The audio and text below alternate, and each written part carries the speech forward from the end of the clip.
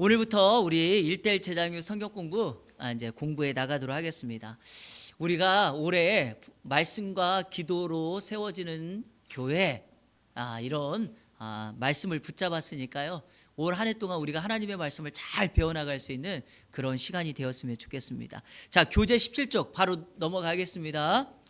자, 우리가 1대1 제자교육 성경 공부 교재를 통해서 먼저 첫 번째 만남부터 네 번째 만남까지는 예수 그리스도에 대해서 소개를 하고 있고요.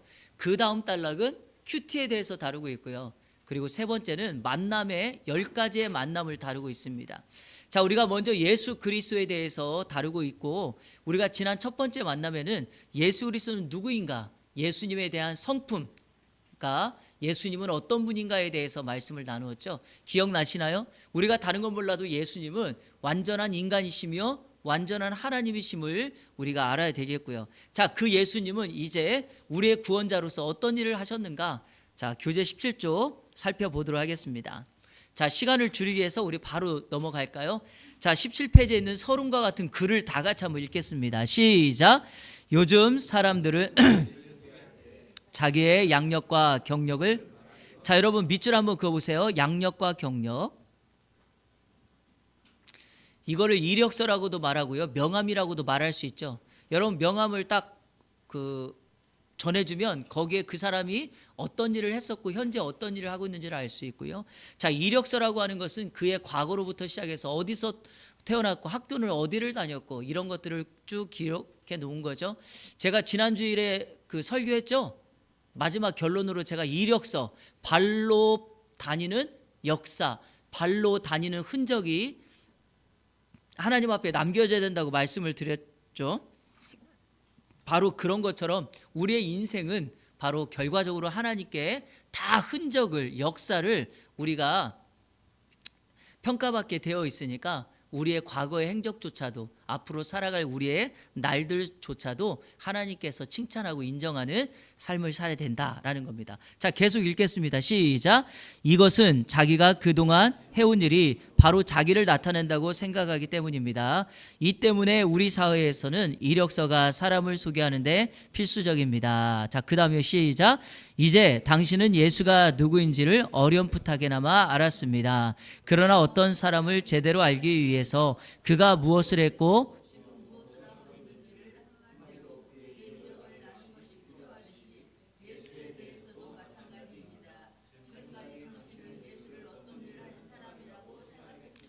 자, 우리 예수님의 이력서에 나와 있는 예수는 누구인가에 대해서 우리 아까 첫 번째 과에서 우리가 한 거고요. 자, 한번 적어 보실래요? 당신은 예수님을 어떤 일을 한 사람으로 알고 계신가요? 한번 적어 보세요. 이거는 뭐 정답이 있는 건 아니고 여러분들이 거기다가 쓰셔야 되는 거니까 한번 써 보세요. 지금까지 당신은 예수님을 어떤 일을 한 사람이라고 생각하십니까? 일부러 틀릴 필요도 없고, 그렇다고 여러분 뭐 거기다가 비워놓을 필요도 없고, 여러분들이 알고 계신 예수님이 하신 일이 어떤 일인가를 간략하게, 뭐 장황하게 쓰지 말고 간략하게 그 안에다가 쓰시고요.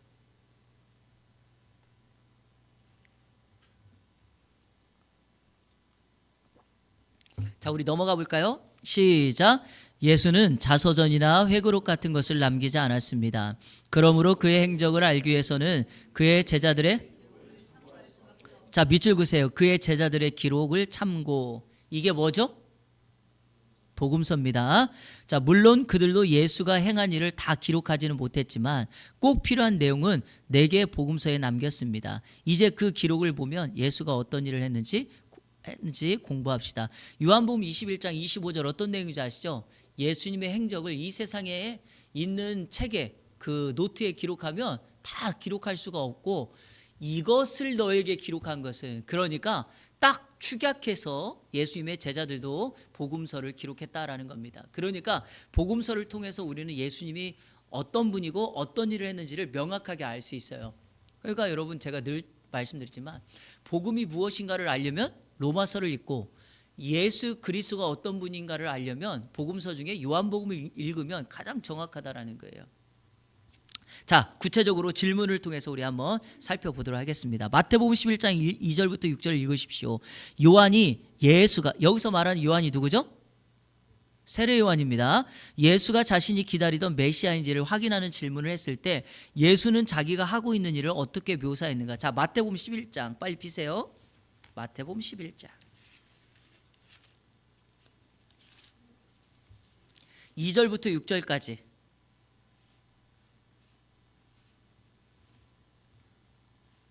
자, 2절부터 6절까지 같이 읽겠습니다. 시작. 요한이 옥에서 그리스도께서 하신 일을 듣고 제자들을 보내어 예수께 여짜오되 오실 그이가 당신 다른 일을 기다리오니까 예수께서 대답하여 이르시되 너희가 가서 듣고 보는 것을 요한에게 알리되 맹인이 보는 나병 환자가 깨끗함을 받으며 못 듣는 자가 들으며 죽은 자가 살아나며 가난한 자에게 복음이 전파된다 하라. 누구든지 나로 말미암아 실족하지 아니하는 자는 복이 있도다 하시니라. 아멘. 여러분, 여자가 낳은 자 중에 가장 큰 자라고 칭찬받은 사람이 바로 세례 요한입니다. 예수님보다 6개월 먼저 태어나서 그의 이 땅에 온 사명이 뭐죠? 예수님의 오실 길을 예비하는 광야에 외치는 자의 소리였습니다. 예수님과는 이종사촌 지간으로 알려져 있죠. 세례 요한의 아버지의 이름이 뭐죠? 제사장이었던 사가랴, 엄마는 엘리사벳. 자, 마리아가 성령으로부터 예수님의 탄생의 예고를 듣고 천사가 이런 말을 해요. 너 봐라, 너의 사촌 언니 엘리사벳도 그 가정에 아이가 없었는데 하나님의 은혜로 아이를 가졌지 않느냐. 그래서 마리아가 어떻게 해요? 엘리사벳을 찾아가죠. 그때 여러분 어떤 일이 있었습니까? 엘리사벳의 배 안에 있던 아이가 움직이는 거예요. 왜? 마리아가 잉태한 예수 그리스도께서 이 땅에 오실 메시아임을 그 뱃속에 있는 세례 요한이 그거를 알았던 거죠. 처음부터 끝까지 자기의 사명을 완성하고 이루었던 사람이 세례 요한입니다. 근데 여기 보니까 옥에 갇혔어요. 왜 갇혔습니까? 헤롯 왕의 잘못을 지적하다가 감옥에 갇혀졌죠. 사실 세례 요한의 마지막 장면, 죽음은 참 허무해요. 헤롯의 잘못을 지적했다가 그 헤로디아가 자기 딸을 시켜서 그 헤롯의 생일날 춤추게 하고 소원을 들어달라고 했을 때 세례 요한의 목을 달라고 해가지고 목이 잘려서 쟁반에 담겨지는 허무한 죽음을 당한 것 같지만 그럼에도 불구하고 처음부터 마지막까지 자기 인생의 사명을 다 완성한 사람이 세례 요한이에요. 근데 그러한 세례 요한조차도 시간이 지나고 자기가 감옥에 갇히다 한 가지 궁금증이 생긴 거예요. 정말 자기가 예비하고 예언했던 예수 그리스도가 그분인가 의구심이 드는 거예요. 그래서 물은 겁니다. 자, 그때 세례 요한의 제자들이 와서 예수님께 했던 그 질문에 대해서 예수님이 뭐라고 답합니까? 이렇게 답을 해요. 5절을 다시 한번 읽겠습니다. 시작.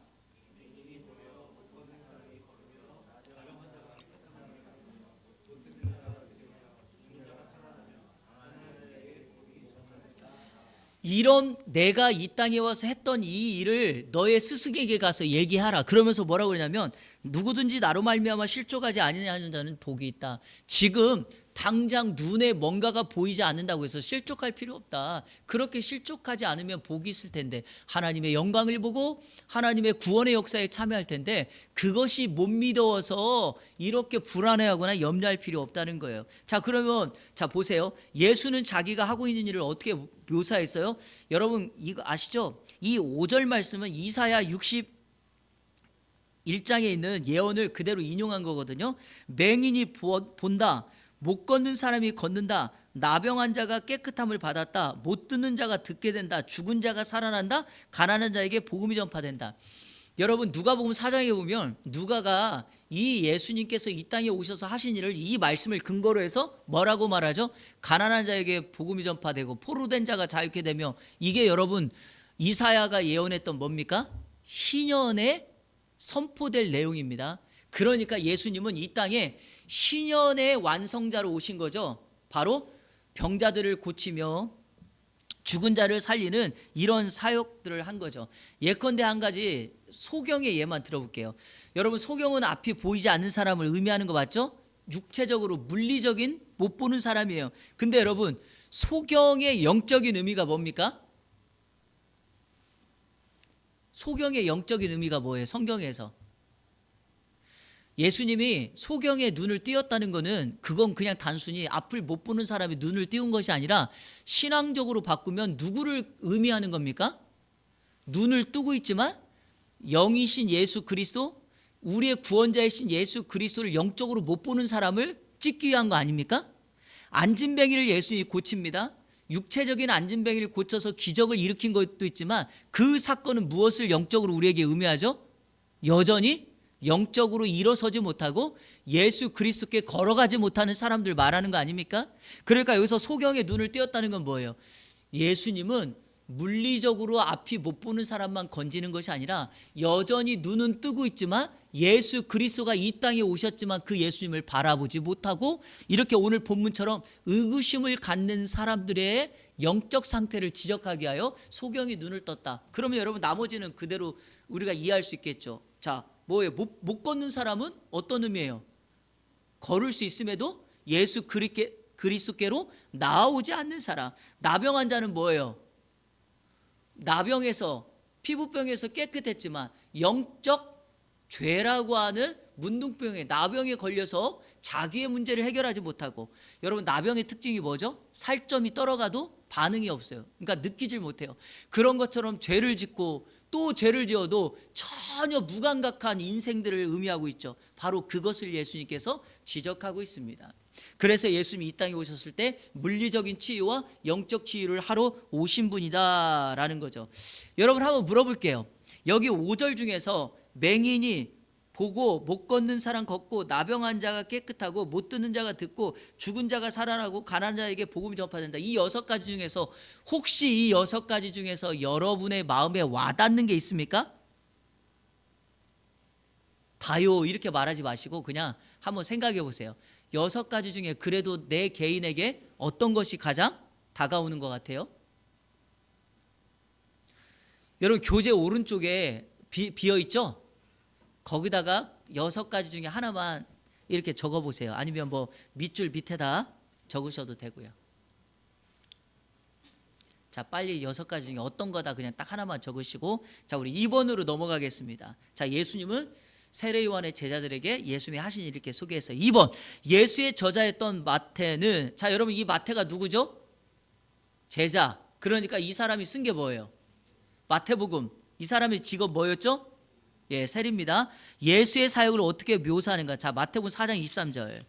마태복음 4장 23절, 그리고 마태복음 9장 35절. 이거를 예수님의 삼중 사역이라고 우리가 이렇게 부르고 있죠? 자, 우리 같이 한번 읽겠습니다. 마태복음 4장 23절. 시작. 예수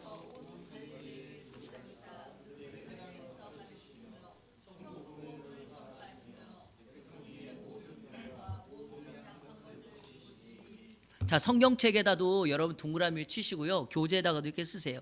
예수님의 삼중 사역 3가지가 뭐죠? 가르치시며, teaching, 전파하시며, preaching, 고치시며, healing. 그래서 이거를 삼중 사역이라고 이야기를 하죠. 강남에 있는 사랑의 교회도 옥하는 목사님이 교회를 개척했을 때 사랑의 교회가 해야 될 존재 목적이 뭐냐라고 했을 때 이 성경 구절을 가지고 teaching, preaching, healing 이렇게 한 거예요.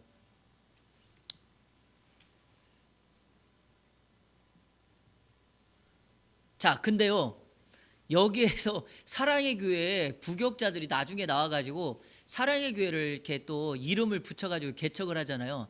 근데 거기다가 요즘에 그 수지에 가면 더 사랑의 교회라는 교회가 있어요. 이인호 목사님이라는 분인데 참 목회 열심히 하고, 요즘에 이제 CTCK라고 해가지고 뭐 이런 운동도 많이 하고 하는데, 이분이 더 사랑의 교회라는 말을 교회 이름에다 붙였어요. 사랑의 교회는 사랑의 교회인데 더예요, 더. 이 더라고 하는 단어에는 의미가 참 있어요. 여러분 더 그러면 뭐가 생각나요? 더. 그라는 말이죠, 1차적으로. 근데 한국말 순수하게 더는 뭐예요? 더. 뭐라는 영어의 뜻으로 더 많이 뭐 이런 뜻이 더. 그죠? 근데 여러분 이 더라는 영어 단어를, 그라고 하는 영어 단어를 THE잖아요. 이 THE가 뭘까요? 요거. 제가 여러분에게 teaching, 프리칭, 힐링 그랬죠. 두 개는 겹치는데 한 단어가 겹치지 않잖아요. 이 프리칭을 이분은 이반젤리컬 아니면 이반젤리즘 이로 쓴 거예요. 이. 그래서 T, H, E 이렇게 만들어가지고 더 사랑의 교회. 그 영적 의미를 둔 거예요. 근데 똑같아요. 의미는 뭐냐? 바로 이 마태복음 4장 23절에 예수님께서 공생에 이 땅에 오셔서 하신 세 가지의 그 사역을 말합니다. 자, 먼저 티칭은 뭐죠? 하나님의 말씀을 가르치는 거예요. 가르치는 것으로 끝나는 것이 아니라 가르쳐서 제자 세우는 것이, 제자 삼는 것이 예수님의 사역이고요. 자, 두 번째, 프리칭, 천국 복음을 전파하는 것. 그러니까 뭐예요? 복음 전파. 영혼 구원을 위하여 복음을 전파하는 거죠. 자, 세 번째 힐링이 뭡니까? 봉사 사역이에요. 그래서 여러분 이 세 가지를 가지고 티칭 사역을 예수님의 사명 사역으로 보자면 예수님은 교사셨다 이렇게 이야기를 하는 거예요. 자, 프리칭, 복음을 전하니까 어떤 거예요? 복음 전도자였다라고 이야기를 하고요. 세 번째 봉사, 힐링, 치유. 그래서 예수님은 영혼의 치료자다 이렇게 이야기하는 거죠. 여기에서 예수님의 세 가지의 직분이 나오는 거죠. 교사, 선생, 그리고 복음 전도자, 다른 말로 말하면 증인, 세 번째는 치료자 이렇게 되는 거죠. 우리 교회도 마찬가지입니다. 교회가 해야 될 일 가운데 가장 중요한 일은 바로 이 세 가지예요.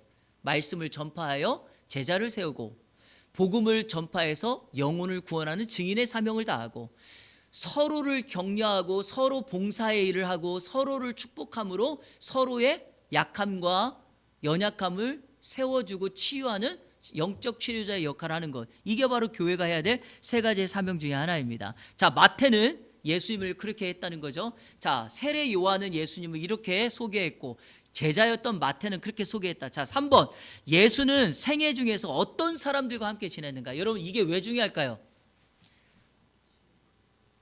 유유상종이라는 말 아시죠? 대부분의 사람들은요 자기하고 생각이나 또 여러 가지 면에서 비슷한 사람들하고 함께해요. 그렇죠? 학교 여러분 우리 다 이제 우리 청소년 이렇게 시절 경험하면 학교 가면 주로 그 친구 그룹들이 같이 다니는 사람들 보면 어떤 것 같아요? 갑자기 일진하고 갑자기 말도 안 되는 이렇게 뭐라고 말해야 됩니까?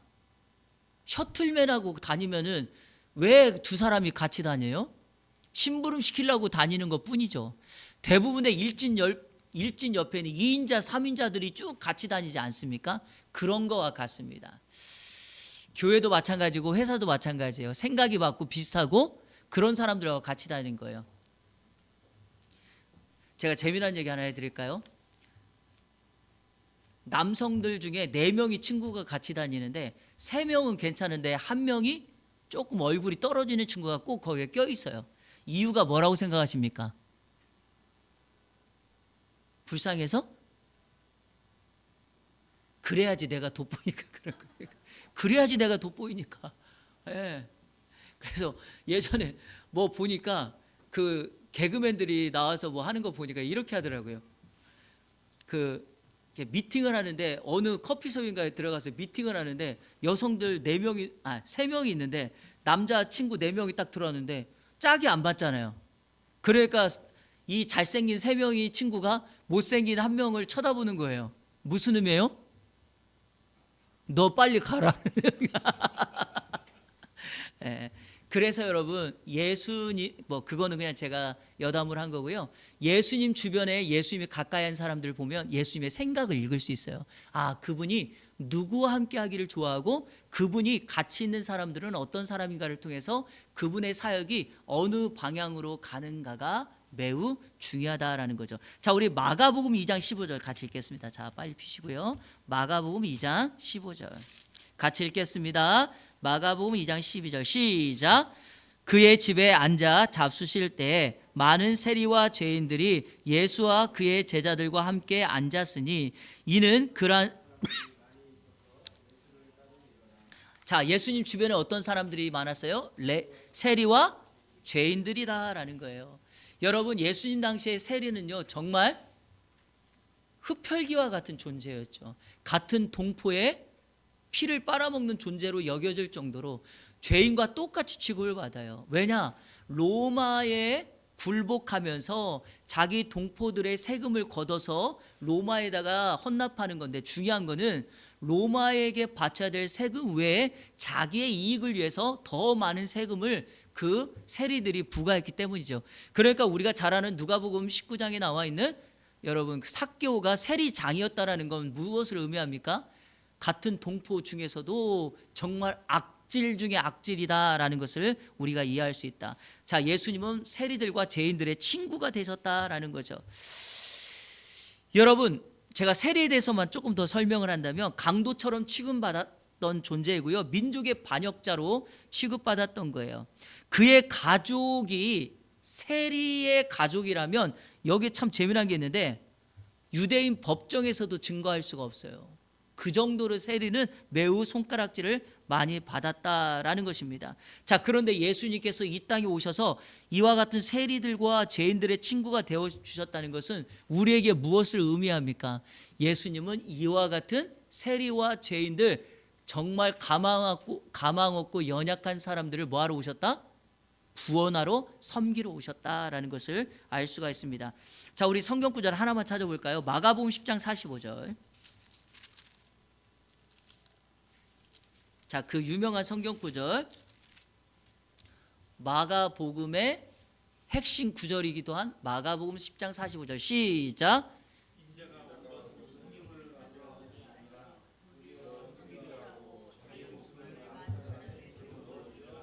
이것이 바로 예수님이 이 세상에 있는 종교 지도자들과 다른 종교와의 차이죠. 예수님은 왕의 자리, 하늘의 자리를 내려놓고 낮고 낮은 이 땅에 오셔서 종의 몸을 가지시고 사람들을 섬기는 종이 되셨고, 궁극적으로 종의 역할이 뿐만 아니라 그 종의 자리에서 자신의 생명까지 내려놓는 그 일을 하셨다. 누구도 할 수 없는 일이고 사회의 기본 개념과 통념으로는 도저히 납득할 수 없는 일을 예수님 하셨죠. 그런데 이게 바로 예수님께서 이 땅에 오신 목적이다라는 거죠.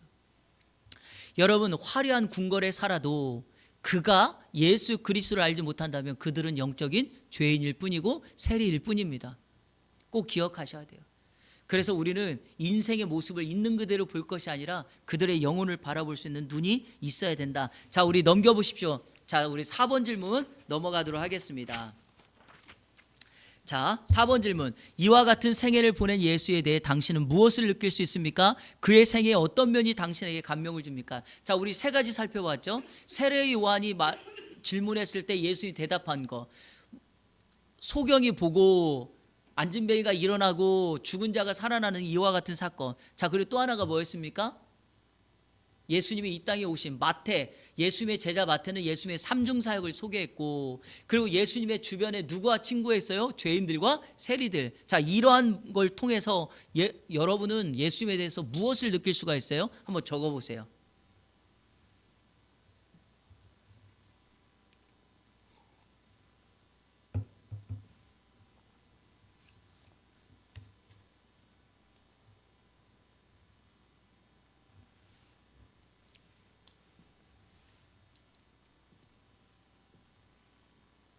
됐죠? 제가 일전에 설교할 때 한번 여러분에게 소개했던 것처럼 히브리서 4장 15절을 근거로 해서 예수님의 동정의 마음, 공감 능력, 저는 이게 정말 가장 많이 예수님에게 느껴져요. 성탄절에 제가 말씀을 했죠. 임마누엘, 우리와 함께 오신 예수님은 우리와 살러 오셨어요. 이 땅에 말씀이 육신이 되어 우리 가운데 뭐 하심에? 거하심에 함께 살러 오셨어요. 근데 그 산다는 말 속에서 우리에게 정말 도전이 되고 위로를 받는 게 뭐냐? 우리의 형편을 다 아세요.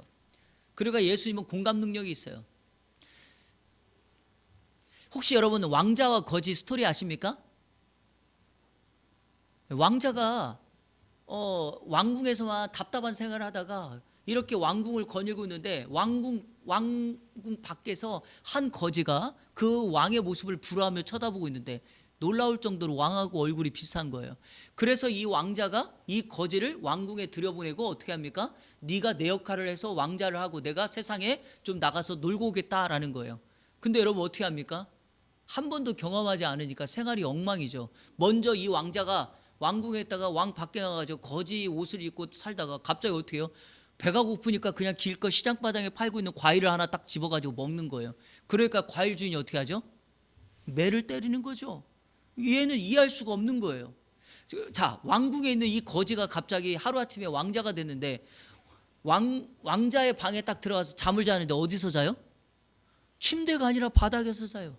먹을 걸 갖다 줬는데 손으로 막 집어먹어. 허겁지겁. 무엇을 의미하는 겁니까? 공감 능력이 없는 거예요. 자기의 위치를 모르는 겁니다. 그런데 예수님은 너무나도 우리와 공감 능력이 있는 거예요. 그러니까 그분의 모든 그 하신 일이 우리에게는 위로가 되고 격려가 되는 겁니다. 그렇지 않아요? 예, 그런 것 같죠?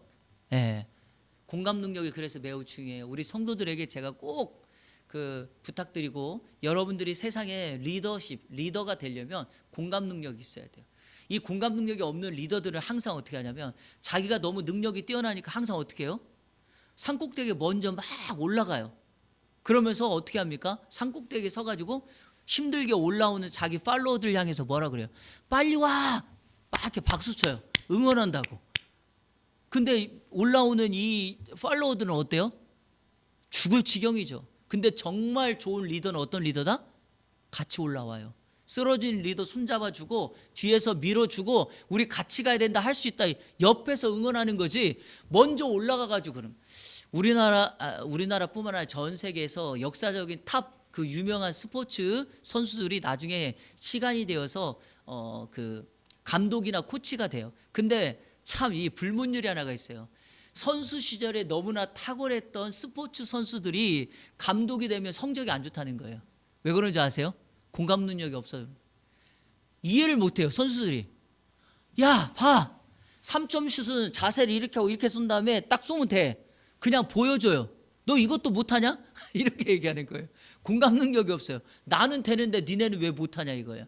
예수님이 그렇게 했다고 해보세요. 그럼 여러분들 정말 예수님 따라갈 수 있겠어요? 그렇게 하지 않았어요. 예수님은 한 사람 한 사람 눈을 맞추고 아픔과 연약함 속에 있는 그들을 위하여 그들의 높이에 가서 그들을 섬겨준 거예요. 어떤 스승이 당시에 스승이 제자의 발을 닦습니까? 예수님만이 한 거예요. 그래서 그때 예수님의 행동은 전 사회의 모든 통념을 깼던 정말 섬김의 온전한 리더십의 본을 보여주신 거죠. 바로 그겁니다. 이런 것들이 우리에게 참된 위로가 된다. 자, 5번. 아름답고도 위대한 생애를 보낸 예수는 마지막으로 어떻게 죽었습니까? 자, 그런 예수님이 마지막에 어떻게 죽었어요? 마가복음 15장 15절 25절. 자, 우리 아까 마가복음 10장 펼쳐져 있죠? 자, 우리 15장.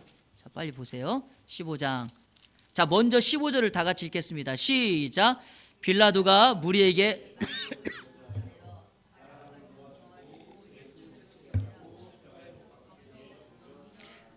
자, 여러분, 빌라도가 예수님을 신문할 때 빌라도가 예수님의 죄를 찾았습니까? 못 찾았습니까? 못 찾았죠. 그럼에도 불구하고 어떻게 해요? 예수님을 십자가에 못 박으러 넘겨줘. 이유가 뭘까요? 한번 따라해보세요. 군중심리. 자기의 지금 현재 위치가 위태로울까 봐 죄 없는 예수 그리스도를, 무고하신 예수님을 십자가에 못 박게 방치한 거예요. 빌라도는 큰 문제가 없을 거라고 생각했어요. 하지만 그의 결정과 그의 행동 하나가 평생을, 모든 오고 오는 세대 속에서, 여러분, 예수님을 십자가에 못 박아 죽인 사람이 누구예요? 빌라도예요. 우리 사도신경 매일 고백하잖아요. 본디오 빌라도에게 고난을 받으사 십자가에 못 박혀 죽으셨으니. 예수님을 못 박아주고 했던 로마 군병이나 유대 병사라고 하지 않아요. 본디오 빌라도라고 말해요. 왜 그럴까요? 그의 무책임한 그런 행동이 영원토록 빌라도 집안이 예수님을 못 박는 결과를 초래했어요. 결국에 빌라도는 예수님을 죽인 사람이 되었죠. 그러니까 빌라도는 사단의 형상이 된 거예요. 예수님을 끊임없이 죽이려고 하는. 자, 근데 여기에 성경 한 구절 더 있죠. 25절도 있겠습니다. 25절 시작. 때가 제3시가 되어 십자가에 못. 자, 그러면 결론이 뭡니까? 예수님은 어떻게 죽음을 당했다? 십자가에서 죽음을 당했다라는 거예요.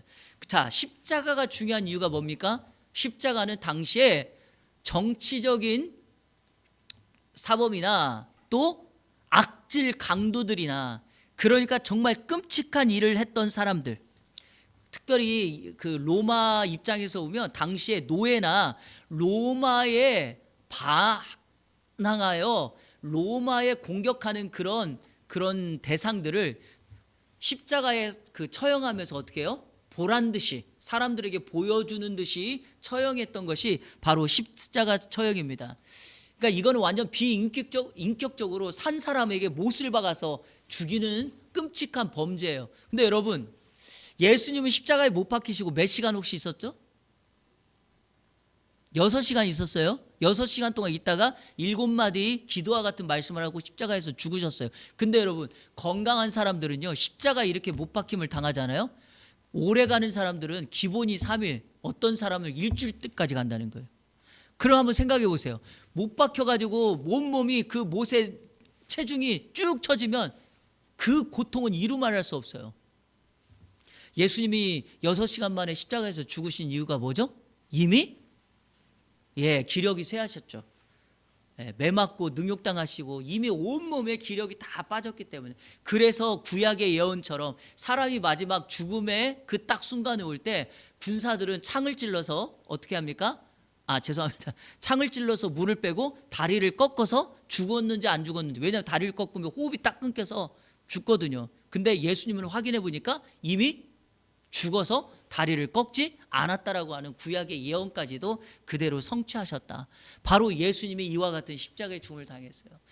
여러분, 우리와 똑같은 마음을 가지고 공감 능력이 있으시고 이 땅에 구원의 역사를 이루고 오신 예수님은 마지막에 그의 죽음은 결과적으로 십자가의 죽음, 어느 누구도 원치 않았던 죽음을 당하셨다. 자, 근데 우리가 여기서 추가로 조금 더 공부를 해야 되니까 오른쪽 여백에다가 좀 여러분들 쓰셔야 돼요.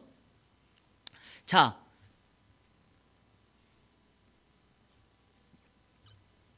한 가지를 먼저 우리가 살펴볼 때, 구약 성경의 율법도 그렇고 신약 성경에 나와 있는 그 율법을 인용한 말씀도 그렇고요. 나무에 달려 죽은 자는 어떤 자인가? 여러분 어떻다고 말합니까? 율법의 저주를 당했다라고 말해요. 자, 우리 갈라디아서 3장 13절 한번 보세요. 갈라디아서 3장 13절. 이런 성경 구절을 여러분들 좀 알고 계셔야 됩니다. 갈라디아서 3장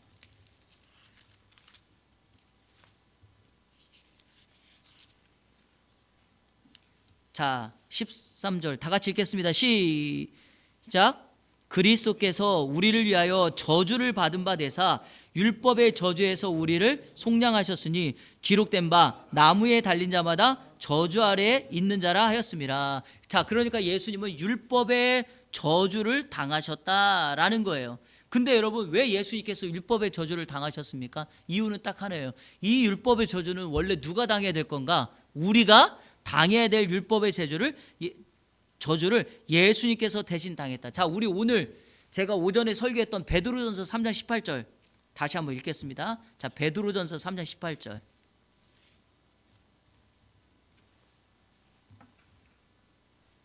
오늘 제가 설교했던 베드로전서 3장 18절 시작.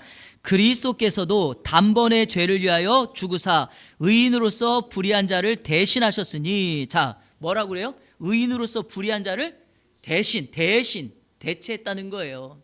우리가 당해야 될 율법의 저주를 예수님께서 대신 당하셨다, 받으셨다라는 거예요. 그러니까 여러분, 자, 예수님께서 달리신 갈보리의 십자가 3개, 양편의 강도가 있었죠? 자, 그 가운데에 있는 예수님이 달리신 십자가는 정확하게 말하면 누가 달려야 될 십자가인가? 양편에 있는 강도와 똑같은 모습을 가지고 있는 내가 달려야 될 십자가였다는 거죠. 그래서 그 십자가는 바로 나의 십자가였다라는 것을 의미하죠. 자, 그러면 질문합니다. 예수님이 꼭 죽으셔야만 했습니까?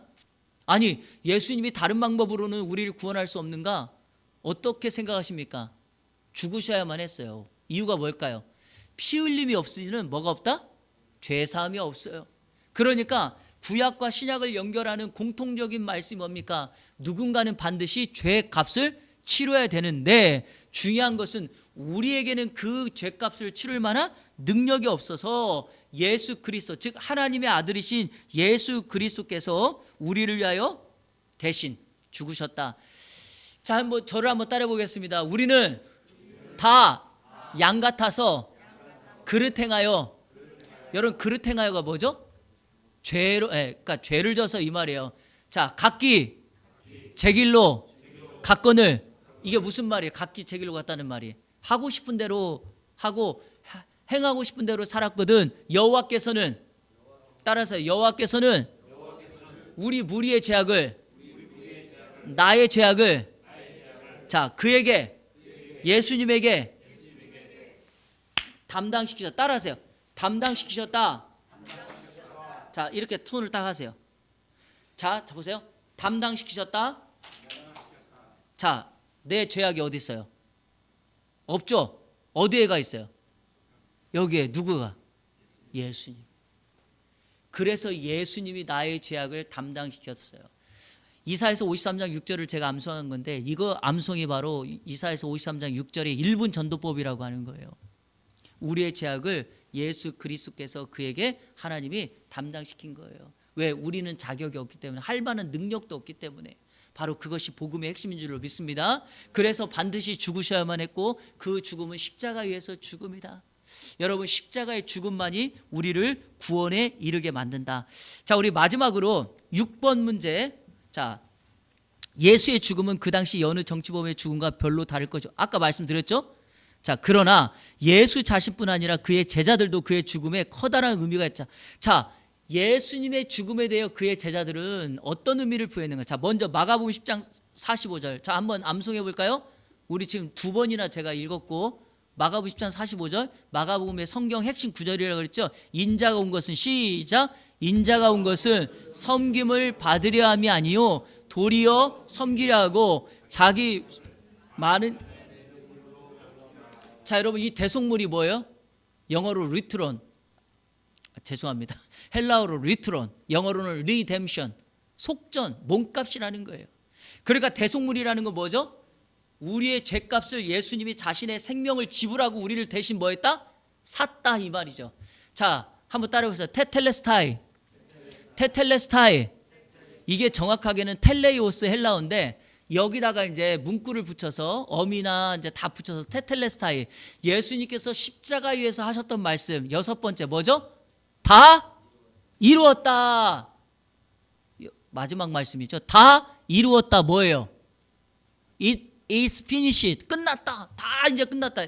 이 말이 뭐예요? 죄값을 다 치렀다, 이 말이에요. 이게 바로 이 뜻이에요. 대속물, 내가 대속제물로 지불하고 너희들을 다 샀다, 이 말이죠.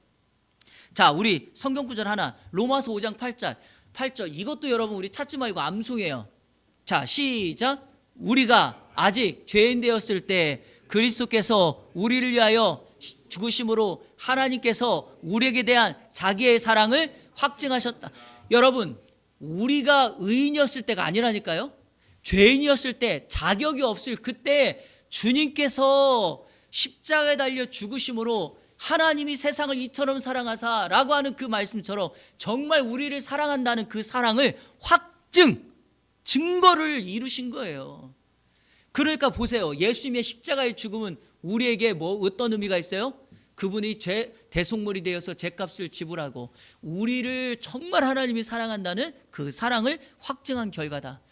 여러분, 이 사랑의 확증 때문에 오늘 우리가 이렇게 살아갈 수 있는 거죠. 2024년 한 해 동안에 하나님이 우리를 사랑하는 그 사랑을 통하여서 이번 올 한 해도 정말 예수 그리스도께서 하신 일이 내가 경험하고 고백하고 우리도 동일하게 예수님처럼 제자로서, 증인으로서 사람들을 돕고 섬기는 치료자로서의 역할을 감당하는 올 한 해가 되기를 축복합니다. 오늘은 여기까지 공부하도록 하겠습니다.